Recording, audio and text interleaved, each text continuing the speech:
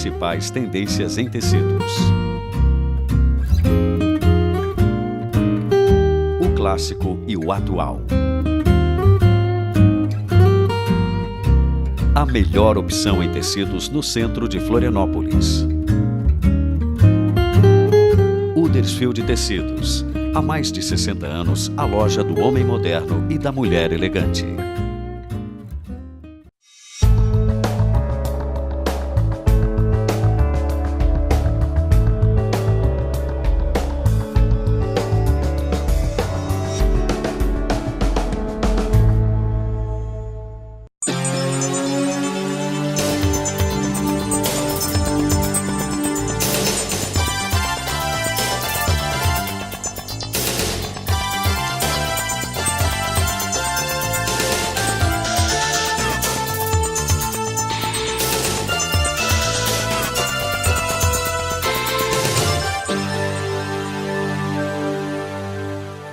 Sejam bem-vindos a mais um programa Saber Investir e hoje começamos um especial de 2 programas sobre perspectivas para 2012, aonde trataremos essa semana sobre perspectivas econômicas e na semana que vem oportunidades de investimento para esse ano que se inicia.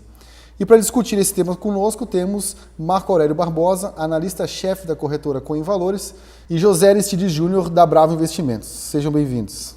Bom, para começar, Marco, 2012 vai ser tão turbulento quanto foi 2011. Lá fora não se definiu nada, todos os problemas foram passados para esse ano. O que a gente pode esperar aí desse ano que inicia agora? Eu acredito que 2012 tem desenhado um ano turbulento pela frente, mas não tanto quanto 2011, né? Os riscos são muito altos, o cenário é turvo, a economia, o epicentro da crise hoje está na Europa. Mas eu não espero que ocorram eventos tão dramáticos como foram em 2011, em que o risco de default em escala dos PIGs, né, e pegar bancos e coisas e tal, deixou o mercado extremamente volátil e nervoso. Eu espero um ano difícil em relação ao que vem da Europa, por exemplo, né, mas eu não espero o mesmo nível de volatilidade para 2012. Porque o calote já está precificado ou porque não vai ter calote? Eu acho que uma parte do calote está precificado, principalmente em Grécia, né? Que acontece agora em março, é o vencimento de algumas dívidas dele, algumas parcelas. Existe até a possibilidade do perdão, né, de uma parcela da dívida, um teto de juros muito baixo, quer dizer, é não deixar, pensa bem, é melhor você deixar a Grécia andar mal e mal, perder um pouco do que você ia receber, mas não quebrar o país, e você ter aí uma chance de recuperação e ganhar lá na frente, do que você colocar o país de joelho agora, zerar a taxa de crescimento econômico dele e na frente não receber lá na frente. Ô Marco, mas o mercado já não começou turbulento? Por exemplo, a S&P rebaixou 10 países da zona do euro. Então, quer dizer, já começou um ano extremamente turbulento. Não se resolveu nada da Grécia ainda, só prorrogou. Né? Então, você está precificando um ano mais calmo, mas já começou tão turbulento? Mas veja bem, você vê que interessante, houve o rebaixamento desses países e o yield diminuiu. Quer dizer, o yield pago pelos títulos de dívida desse país diminuiu, devia aumentar. Ou seja, ninguém está dando mais importância para as agências de risco? Não, eles já esperavam isso. Isso já era um dado, já era contado pelo mercado. O que o mercado estava vislumbrando é o seguinte, a questão da Grécia caminha-se para uma solução dolorosa para os credores, mas a Grécia é pequena. O nosso risco estaria na Itália hoje. A França, mas principalmente na Itália, o risco maior. E o que nós estamos observando? Que esses caras não vão deixar o euro, a zona do euro, a comunidade europeia se dissolver. Entendeu? Os líderes mundiais, vai ficar melhor, esses líderes mundiais europeus. Então, o que acontece? Caminha-se para uma solução. Todas são dolorosas, todas têm um custo muito alto.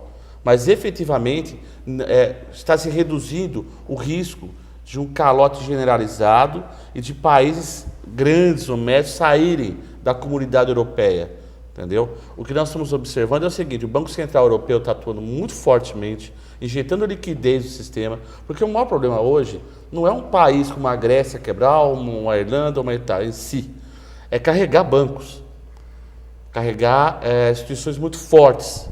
Isso afetaria o mundo inteiro, seria uma crise financeira nos moldes de 2008. Carregar banco, tu diz, é transferir para ele prejuízo dos calotes. Sim, porque eles são detentores de títulos e dívidas desses países. Se Porque você a Grécia dá calote, em si é muito pequena, não representa exatamente, economicamente nada, né? Exatamente. Então, um default da Grécia, não um default, um perdão de dívida da Grécia não tem um impacto tão grande sobre esses bancos, Mas sobre o patrimônio. não abala a desses bancos. confiança do mercado? Não, porque isso é um pacto entre credor e devedor. É um acordo. Então, o mercado já está Não esperando é lançado isso. no balanço do banco como prejuízo. O banco tem que dar baixa disso. Só que o Banco Central Europeu vem injetando liquidez, vem tomando o título desses bancos. Comprando o título desses bancos. Exatamente. Então, injetando liquidez no sistema para exatamente quando esse preço chegar lá, não abalar a basileia desses bancos, por exemplo, eles podem ter que parar de operar. E quem é que vai pagar o Banco Central Europeu? Isso aí são os fundos, quer dizer, então o que acontece? Que teve o título rebaixado também, né? Exatamente, é porque você tem A nota rebaixada. Exatamente, se você tem todos os países rebaixados, ele também vai ser pego no bojo. Mas eu estou dizendo assim, existe hoje uma injeção de euros no mercado muito forte que vai desvalorizar o euro com certeza, como aconteceu com o dólar.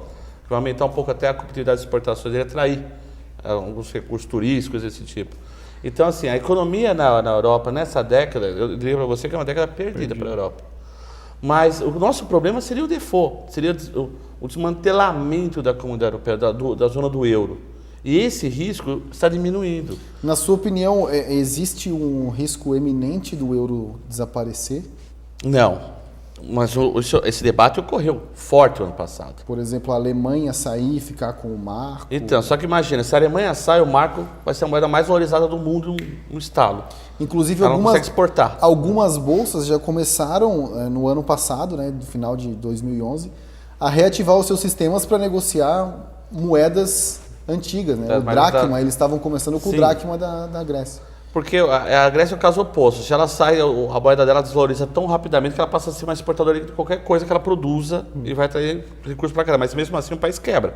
No primeiro momento ele quebra, ele não consegue gerar. Para a Grécia é ruim também, porque ela vai ter ativos numa moeda desvalorizada e o passivo vai continuar no euro. Exatamente. Ela não vai ter condições de pagar. E aí o euro até valoriza. Se a Grécia sai, o euro valoriza. Você está tirando um mal, uma laranja podre no negócio, o euro até sobe. Então o que acontece? Efetivamente, toda a solução que vier da Europa é dolorosa para a população, vai gerar tensão política, vai gerar a formação de grupos nacionalistas, discussões desse tipo. Agora, o risco do 2011 estava muito concentrado na possibilidade de países quebrarem em cadeia, porque não dominó. É porque não havia uma socialização desses riscos ainda entre os países da zona do euro, né? Estava muito dividido, Alemanha e França. Exatamente. E os outros. O risco disso aqui quebrar, a Espanha e a Itália são muito grandes para quebrar e para levar banco, não. Agora, a Alemanha, que cresceu 3% no passado, cresceu acho que mais que o Brasil até, vai crescer menos de 1% esse ano. Vários países vão ter retração do PIB. O PIB europeu. A projeção do FMI é de queda de meio ponto, né? Isso. Então, crescimento de meio ponto. Meio ponto. Né? O problema é exatamente esse. Existe hoje uma consciência que o mal é para todos. Mesmo a Alemanha não quer sair. Imagina, ela vai perder toda a competitividade se ela sair. E hoje, muito do comprador dela está com dificuldade. Efetivamente, ao emitir mais euros, o Banco Central emitindo mais euros, comprando títulos, ele vai aumentar a competitividade das exportações alemãs. Gera inflação, mas inflação é o menor dos problemas para eles hoje. O problema é você não crescer e a economia entrar em retração. E aí aquela relação dívida-PIB aumenta, porque o PIB retrai, a dívida mantém, então vai mais rebaixamento, daqui a pouco eles vão ser os antigos emergências, subdesenvolvidos, terceiro mundo.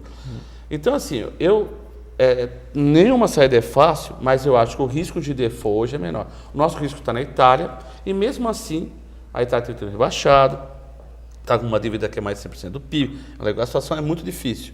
Mesmo assim, o yield diminuiu, a dívida da pandemia diminuiu. Depois do rebaixamento, quer dizer, o mercado começou a entender que vale a solução. Exato, esperava e entendeu que caminha para uma solução. Tiraram o Berlusconi, colocaram o primeiro-ministro Monti, né? Eu esqueci o nome. Isso. E aí o que acontece? É um cara alinhado com as políticas do Banco Central Europeu, um cara que veio lá de dentro. Então o que acontece?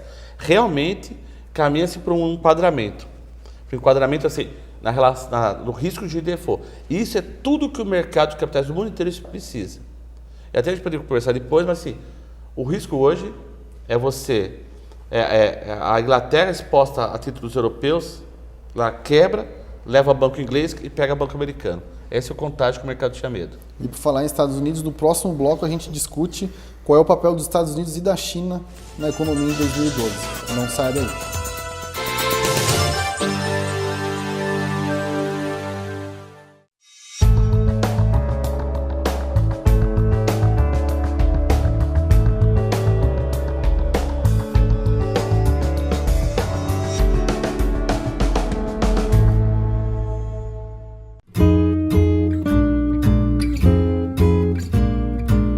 As principais tendências em tecidos.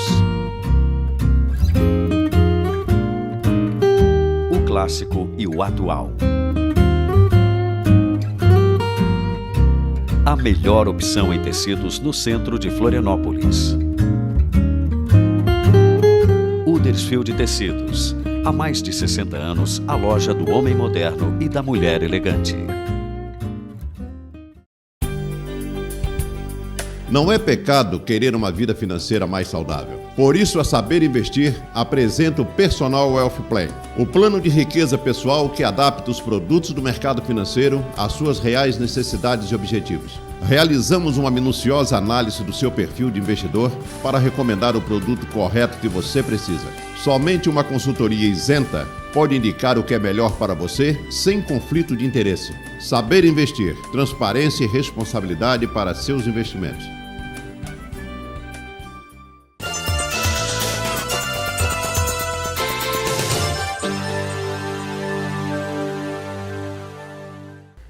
Estamos de volta com o programa Saber Investir e depois de ter discutido no primeiro bloco o papel da Europa em 2012, vamos agora para Estados Unidos e China principalmente.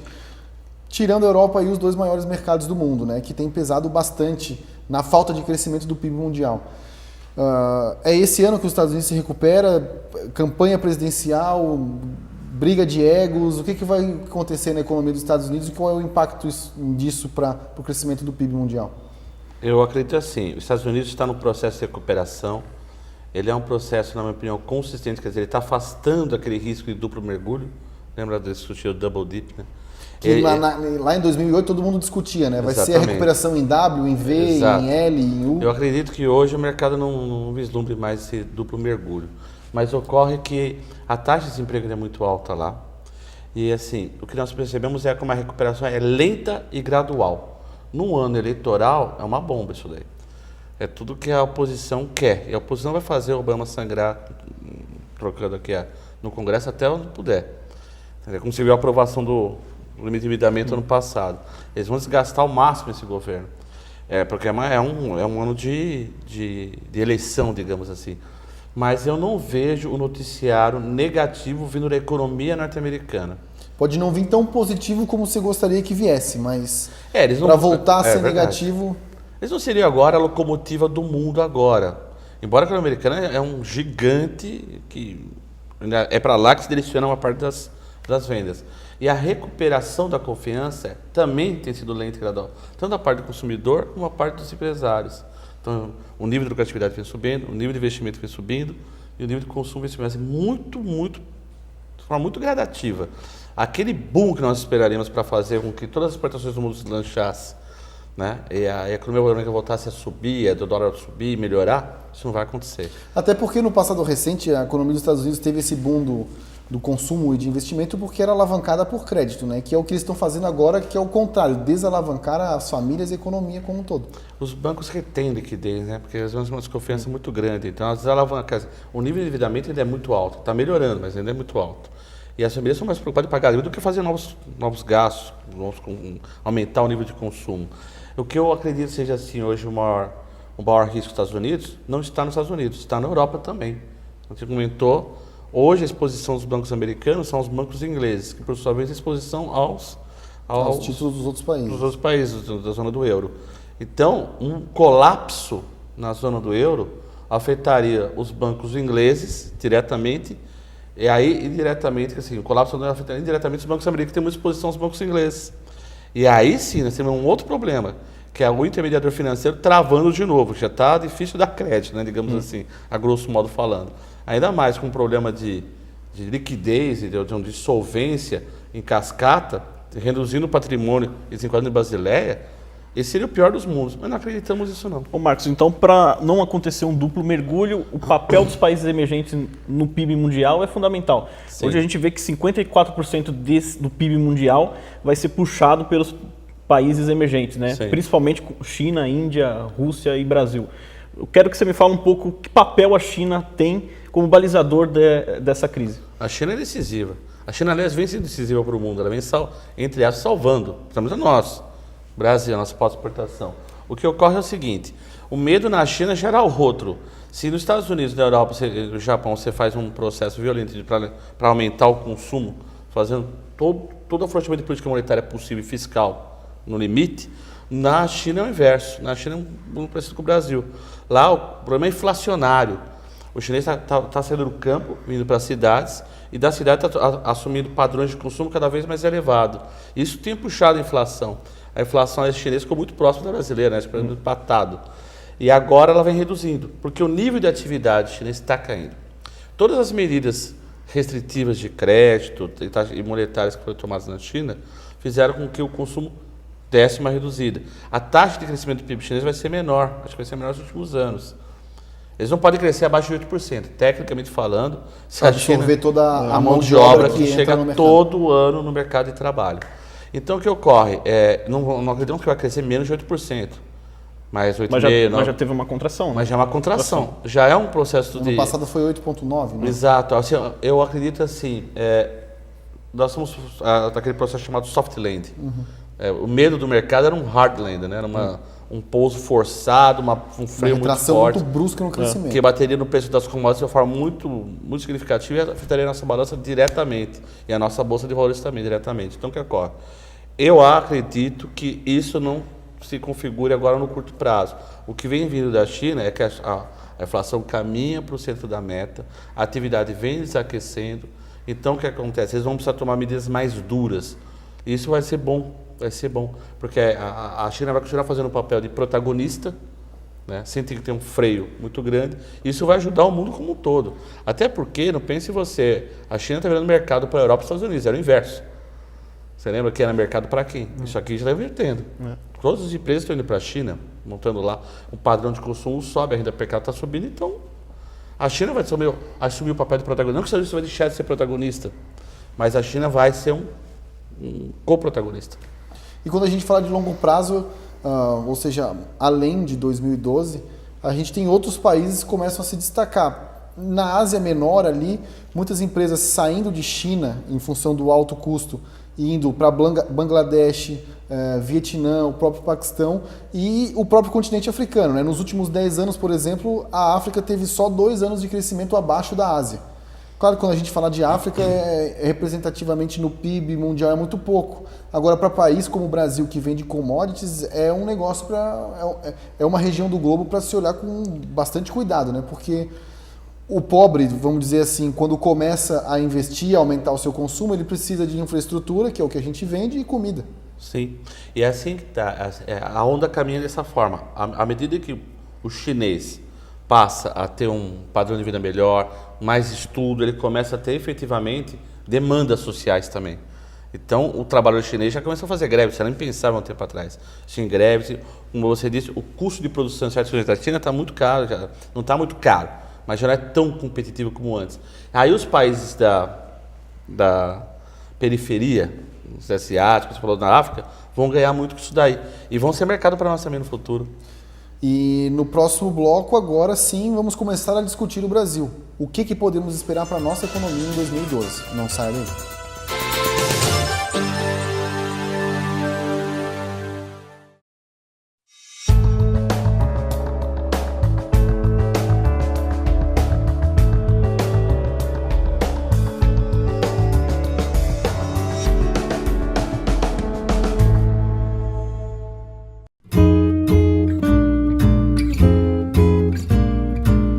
As principais tendências em tecidos. O clássico e o atual. A melhor opção em tecidos no centro de Florianópolis. Huddersfield Tecidos, Há mais de 60 anos, a loja do homem moderno e da mulher elegante. Não é pecado querer uma vida financeira mais saudável. Por isso, a Saber Investir apresenta o Personal Wealth Plan, o plano de riqueza pessoal que adapta os produtos do mercado financeiro às suas reais necessidades e objetivos. Realizamos uma minuciosa análise do seu perfil de investidor para recomendar o produto correto que você precisa. Somente uma consultoria isenta pode indicar o que é melhor para você sem conflito de interesse. Saber Investir, transparência e responsabilidade para seus investimentos.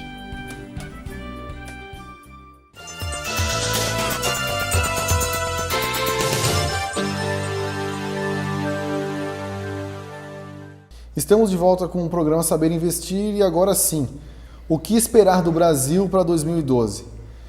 Estados Unidos com baixo crescimento, Europa com crescimento zero, a China reduzindo o seu crescimento. Sobra espaço para o Brasil crescer aí, Marcão? Sobra espaço para o Brasil crescer, mas efetivamente não vai ser um ano de... não vamos reprisar 2010, isso aí nós temos que entender que as condicionantes externas são ruins. O que está facilitando a vida nossa é que a condicionante interna é boa. Taxa de desemprego muito baixa, renda do trabalhador em alta, né? Disponibilidade de crédito, à medida que... o que ocorre? Nós estamos vivendo agora um parâmetro diferente de 12 meses atrás. Há 12 meses atrás discutimos questão inflacionária como ponto-chave, né, no começo do governo Dilma, não sei se vocês lembram disso. Porque o Brasil tinha crescido 7% em 2010, estava no limite da capacidade de praticamente tudo. E hoje não. As medidas macroprudenciais e a alta da taxa de juros combinada fizeram com que no segundo semestre a atividade encolhesse bastante. E apesar de vários setores irem bem, até por questões sazonais, o fato é que o PIB veio desacelerar, a atividade econômica veio desacelerando, principalmente na indústria, no investimento, na formação do capital, coisa desse tipo. Então, o que ocorre? Nós vamos estamos entrando em 2012 sem pressão inflacionária, com o desaquecimento vindo de fora para dentro também. O Brasil até pode importar uma desinflação, que eles chamam, né? Isso pode até ocorrer. Então, abre-se espaço para um afrouxamento da política monetária e também para a retirada de certas medidas macroprudenciais. Essas duas condicionantes devem fazer com que o PIB se mantenha na casa de 3%, 3,5% de crescimento do PIB, com um melhor desempenho no segundo semestre. Então, eu não vejo uma questão inflacionária como forte agora, e todo mundo sabe que o governo Dilma, isso é uma coisa que para nós nos parece claro, assim, a foto grande, né? Que se o governo tiver que escolher entre crescimento, sacrificar o crescimento ou a inflação, vai sacrificar a inflação. Exatamente. Então que a inflação venha alta, mas eu não vou sacrificar o crescimento para controle inflacionário. Que foi um modelo que o Chile fez durante muito tempo, né? O Chile crescia muito, mas tinha uma inflação de 6%, 7%, mas se preocupava mais com o crescimento, e hoje a gente tem o Chile como uma das melhores economias Sim. da América do Sul. Embora o Chile tenha uma condição que nós não tínhamos, eles tinham poupança interna, né? Eles tinham poupança, coisa que nós não... O Brasil precisa aumentar o nível da poupança interna para poder passar para aumentar o nível de investimento. É muito baixa. Exatamente. E quando você tiver esses preços inflatórios, não tem que jogar na taxa de juros. Você tem como atender a demanda com uma oferta maior. Mas a gente tem vários gargalos, né? A infraestrutura do Brasil é gigantesco. O que abre uma janela enorme de oportunidades. Então, assim, eu acredito que o Brasil, esse ano, passe pela crise, com um crescimento aí próximo do crescimento do PIB mundial, coisa do tipo. A inflação, talvez a pressão venha mais no segundo semestre.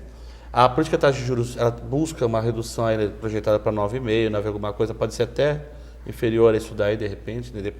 Se realmente a atividade não reagir, o governo venha com medidas anti-macroprudenciais. Então, uma coisa começa a bloquear, exatamente. Né? Facilitando o crédito para o consumo interno, os gastos das famílias e o gasto do governo sustenta o PIB, como foi em 2009. Só uma coisa também que eu acho importante citar, assim, o nível de endividamento está relativamente elevado e a inadimplência está em alta. Mesmo assim, eu acredito que os gastos das famílias, nós acreditamos que os gastos das famílias é que vão sustentar, junto aos gastos do governo, sustentar o PIB esse ano. O que me preocupa nas medidas do governo é justamente isso. Ele estimula o lado da demanda, mas a nossa poupança interna e investimento continua muito baixa ainda. Ou seja, de novo, corre-se o risco da inflação, né? As pessoas com capacidade de consumir e as empresas e a infraestrutura sem condições para trazer todos esses produtos e serviços. Então, 2014, a gente não pode ter um problema de inflação de novo, 13, 14, ainda mais com todos os gastos que vão ter em função de Olimpíadas e Copa? Bem antes disso. Bem antes disso. Então, vamos supor que nós consigamos passar por 2012 nessa tocada com taxa de juros em queda e a atividade começando com política fiscal também. E a inflação nessa casa de 6, 6,5. Até nessa ordem, 6, 6,5, mas a partir de 2013, que o crescimento deve ser um pouco maior, até porque você tem a maturação de certos investimentos e coisa e tal, o pré-sal já mais ativo, nós vamos ter um problema muito sério. A curva de juros se você pegar a curva de juros, ela começa a subir. Porque aquele, parece que o voo da galinha, se dá aquela redução da taxa de juros, a atividade sobe um pouquinho, você é obrigado a restringir, porque não tem oferta, e aí você pega a taxa de juros lá para cima. E isso é batata. 2013 nós vamos estar brigando se tudo correr muito bem, 2013 vamos estar brigando com a inflação de novo, e aí a taxa de juros vai ter que ser o único remédio. E a saída vai ser novas medidas para contrair o crescimento e esse ciclo deve continuar. Exatamente. A ideia é que em 2013 você tenha um desempenho melhor, né? Então, com as famílias consumindo mais, aumentando o nível de gastos, que a demanda por produtos e serviços no Brasil vai aumentar bastante esse ano. E vamos estrangular 2013. E aí, de novo, vamos entrar nesse ciclo vicioso. E por falar em crescimento do Brasil, no próximo programa, dando continuidade ao nosso especial de perspectiva para 2012, vamos discutir quais que devem ser os setores com melhor performance em 2012 e quais aqueles que não devem crescer tanto assim. Agradecemos a presença de Marco Aurélio Barbosa e de José Aristide Júnior, da Brau Investimentos, e nos vemos semana que vem.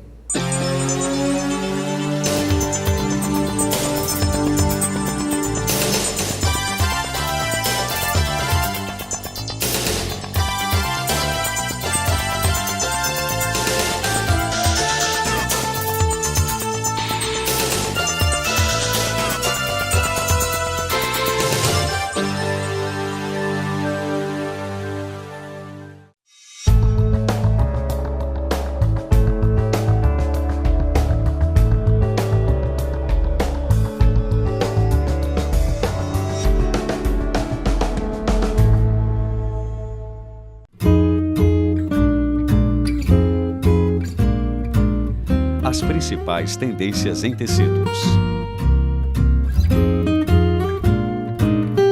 O clássico e o atual. A melhor opção em tecidos no centro de Florianópolis. Huddersfield Tecidos. Há mais de 60 anos, a loja do homem moderno e da mulher elegante.